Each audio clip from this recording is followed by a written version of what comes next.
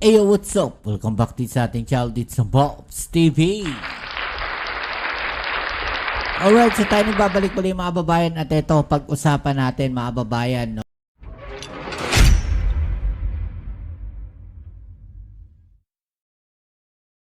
Naglabasan ng arrest warrant ang Sandigan Bayan laban kay dating Congressman Zaldico na ngayon nasa ibang bansa. Ano mga susunod na maaring mangyari? Ang interes daw ng gobyerno ay mapabalik si Zaldico sa bansa para harapin ang kasong sinampa laban sa kanya. Pero ayon sa abogado ni Ko na si Rui Rondain, may mga kondisyon si Ko bago siya bumalik. Una, hindi haharangan ng gobyerno ang anumang petisyon na ihain nila para makapagpiyansa si Ko. O hindi kaya payagan si Zaldico na magsailalim sa house arrest. Ang pangamba kasi nila, baka kung anong mangyari kay Ko kung siya ay ilalagay sa ordinaryong piitan o kulungan habang binibista ang kanyang kaso. Yun lang, tila naunahan na ang kanyang mga kondisyon. Ngayon kasi na meron ng warrant of arrest laban kay Ko, maaari nang ipakansela ng DFA ang kanyang pasaporte. Sa Philippine Passport Act of 1996, ito po ang grounds para sa kanselasyon ng isang pasaporte. Una, kung pugante o wanted ang isang tao. Pangalawa, kung siya ay nahatulan ng guilty ng isang korte. At pangatlo, kung ang kanyang pasaporte ay peke o kaya ay tampered. O di kaya kung ang isang tao ay banta sa seguridad ng bansa or sa public safety. Kapag nakansela na ang pasaporte, hindi na pwedeng pag-alagala sa abroad ang isang Pilipino. Merong dalawa pang paraan para piliting makabalik si Zaldico ngayong meron ng arrest warrant laban sa kanya. Narin po ang extradition. Meron tayong extradition treaty sa 14 na mga bansa. Kung nariyan si Zaldi sa alin sa mga bansang yan, maaaring mag-request ng Pilipinas ng kanyang arrest at extradition pabalik ng Pilipinas. At ang huling paraan, ang paggamit ng ating membership sa Interpol. Kung kaunti lamang ating mga extradition treaties, halos lahat naman ng bansa sa mundo ay bahagi po ng Interpol, kasama na tayo. Maring isanggunin ng Pilipinas ang kaso ni Zaldico sa Interpol at mag-request po ng isang red notice para siya'y arestuhin ng mga otoridad sa ibang bansa at ipabalik sa Pilipinas. Kung matatandaan ninyo, yan din po ang mekanismo na ginamit ng International Criminal Court para makuha si dating Pangulong Duterte at mapadala sa The Hague para harapin ang kasong crimes against humanity. Po ng gabi mga kapamilya, ready na ba ang ating guest? Alright, dahil meron na lang po tayo mga nalalabing mga 10 minuto sa ating programa, pasok na po natin ang ating susunod na panahon. Walang iba kung hindi ang kalihim ng DILG, si Secretary John Vic Remulla. Sec John Vic, magandang gabi. Tony po ito. Magandang gabi, Tony. Magandang gabi po sa lahat. Sec, tanong lang natin kung meron na ho kayong kopya ng arrest warrant from the Sandigan Bayan? Wala pa po. Nasa in process po of delivery sa... Opo. As of later, 4 p.m. po ni-release. So may chain po yan ng pagpadala ng warrant of arrest. Okay. So you don't have the names yet kung sino-sino po yung mga subject ng arrest warrant or may idea na kayo? May idea po ako, Zaldico. Yeah. And members of his board of directors. High Tone and Sunwest? And then yung mga DPWH officials involved doon sa Ghost Project sa Mindoro. Mimaropa. Okay. Mimaropa. Right. Opo.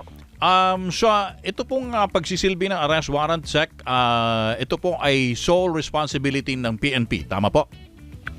Lahat po ng law enforcement units, kasama po ang NBI, kasama po PNP.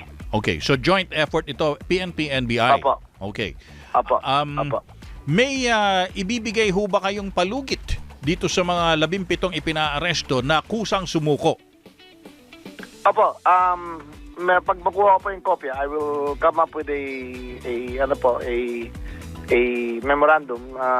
It will state po na bibigyan namin kayo hanggang Lunes na mag-surrender sa pinakamalapit na ahensya ng gobyerno at magpakita para maiharap namin. Otherwise, sila'y hahanapin namin. Mahirap naman yung salitang itutugis namin pero gagawin namin lahat para mapasilalim sila ng batas. So obviously, yung isa sa hindi man siya ang pinakamalaking tao na kinakailangang arestuhin ay wala na dito sa Pilipinas. How do you intend, Sec John Vic, na ma-implement itong arrest warrant na ito when your subject is already abroad? Tony, the speculation that he is abroad. Pero alam mo naman, pwede siya pumasok sa backdoor. So, pupuntahan pa rin namin ng lahat ng known addresses niya. I-reserve namin yung mga warrant, i-inspect namin yung mga bahay, titignan namin na lahat ng mga negosyo niya kung ando doon siya. Okay. We will look for traces kung nasaan. Otherwise, we will send a red notice sa Interpol para makuha siya. As of this time, Sec. John Vic, meron ho ba kayong at least idea kung nasaan si dating Congressman Ko? Ang intelligence report namin ay last Monday nasa Japan siya. Oh, palapit na ng palapit sa Pilipinas. Dati Spain, ngayon Japan. Pero as of Thursday, parang umalis yata papuntang China. Tapos bumalik yata papuntang Europe. May ganun mga movement, no? So natatrack nyo kung saan yung mga kilos niya, natatrack nyo. Ayun.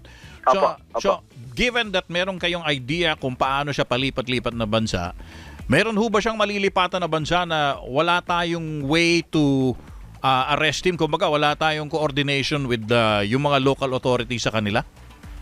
4 na bansa po ang naiisip ko eh. Russia, China, Malaysia, at saka Portugal. 4. Okay. Wala po tayong extradition treaty sa mga bayan na yan. Oo. So, hindi ma-enforce yung arrest warrant kung nandun siya sa alinman sa 4 na yon? Sa Portugal, ang balita po namin ay may golden visa siya. Pero ang rules po ng Portugal ay if the crime was committed before the acquisition of the passport, the visa, ay liable sila. Oo. Makakatulong po ba na makansela ang passport ni Zaldico para mapauwi siya? Opo. Kasi kahit saan po siya pumunta sa mundo, pag mag-register po yung kanyang passport, ay mara-red flag kagad, i-arrest kagad siya ng mga officers sa law. Whether it's a Philippine or Portuguese passport? Whether it's a Philippine or Portuguese passport. Basta wag lang ho doon sa loob ng bansa. Okay. Ay limitado po ang galaw dyan. So, ang challenge dito talaga ay, of course, the biggest fish, si Zaldico. So, kung mahuli... There are bigger fish. There are bigger fish. Talaga, there are bigger fish about to be revealed. May gali. Hindi nyo na lang habang ipapile po ng ombudsman yung mga kaso. Okay. So, pag na-file na. Pero ito yung mga ni-refer pa lamang sa ombudsman o dati nang ni-refer?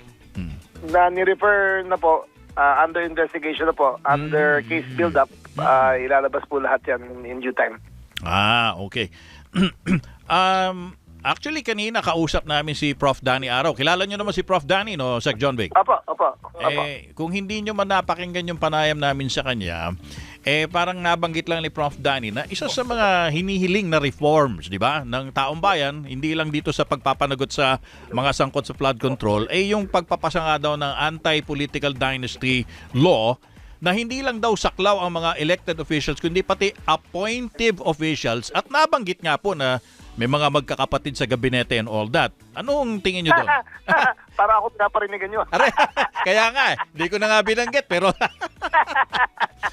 ano sa tingin ninyo, Sec. John Vic? Meron bang katuturan na dapat pati appointive officials ay hindi dapat magkakamag-anak ang nagsasama sa gobyerno?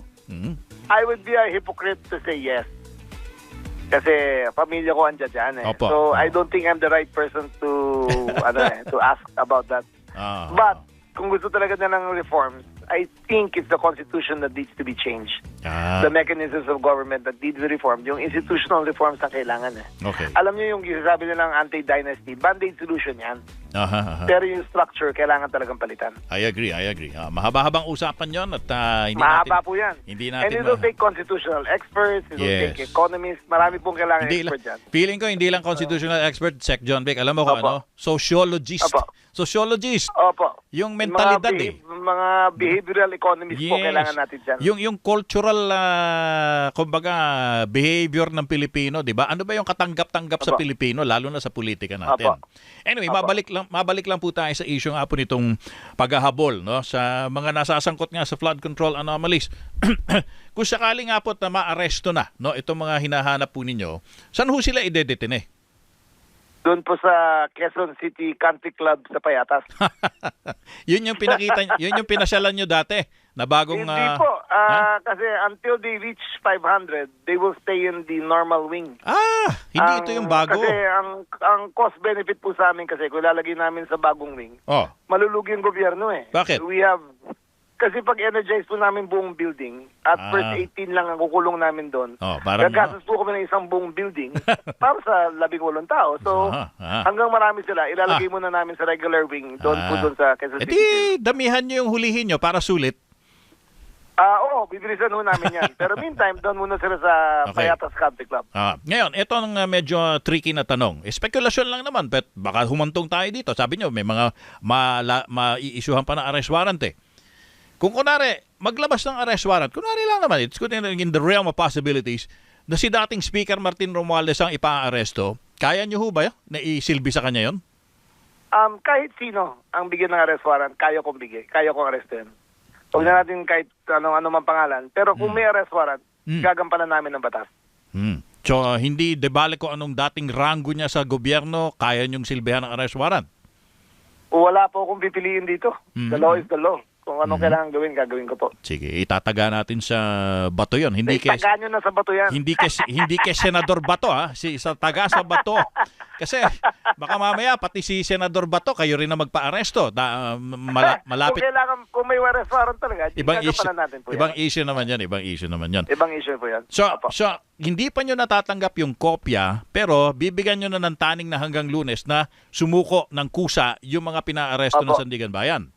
Opo. Kasi kung sila po yung magtago, and then we will consider them fugitives of justice, pagdating po doon, all bets are off. Pag sila po magpakita ng konting aggressive maneuvers or evasive maneuvers, baka magpapresensyahan kami. Ako, mabigat po kamay ko sa ganyan. Gagamitan ko po ng bigat ng batas yan para makuha sila. Ngayon, may HDO na ba na inilabas, Sec. John Vic? Meron na po. Meron na? Pag may warrant of arrest, may HDO. Dati lookout order lang eh. Ngayon may HDO na po. So may HDO na. So kayo po sabi nyo, namomonitor nyo yung galaw ni Zaldico, yung pong iba pa ay namomonitor nyo rin ba? Opo, halos lahat naman hindi dito pa sa Pilipinas eh. Okay. Iba lang nasa abroad. Pero wag lang sila doon sa 4 na bansang yun. Makukuha ko sila. Sige. Alright.